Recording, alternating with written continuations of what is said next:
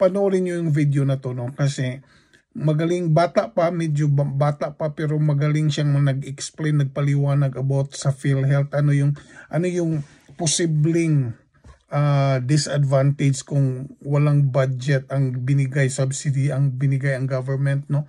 At ngayon ko lang nalaman na yung 600 ay reserve fund pala siya. So reserve fund pala siya. So panoorin yung video kasi maintindihan mo yung opinion at yung side niya, which is very 101% tama siya pagka-explain.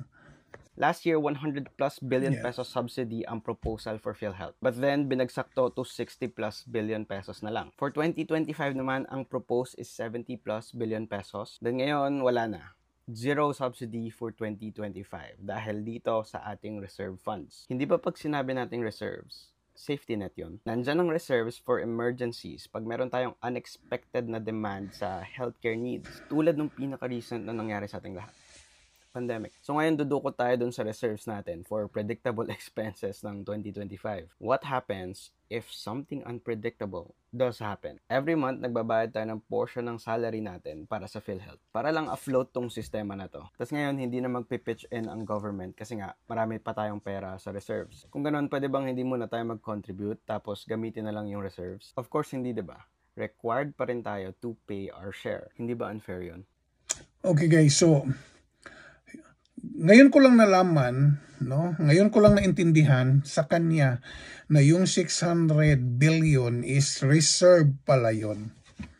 Reserve one. At may point yung nag-video, no, nito, yung may-ari ng video na yan, just in case, reserve is for emergency fund. Just in case mayroong pandemic, no? Let's say pandemic or babalik yung mayroon tayong makukuha na budget doon. Paano kung mayroong sakuna, mayroong mga emergency, mayroong babalik ang pandemic na onward next year, 2025, or mayroong mga virus na darating 2025, walang budget. Walang budget binigay yung government. Nagdepende na lang sa magkano yung na balance, no? I think it's not 600, I think, kasi parang may na-mention sa doktor sa PhilHealth, yung director, na parang 400 something only. Kasi portion of that parang may investment, parang gano'n na short-term investment, parang gano'n ang explanation yan. So, walang makukuha. Saan ka tatakbo?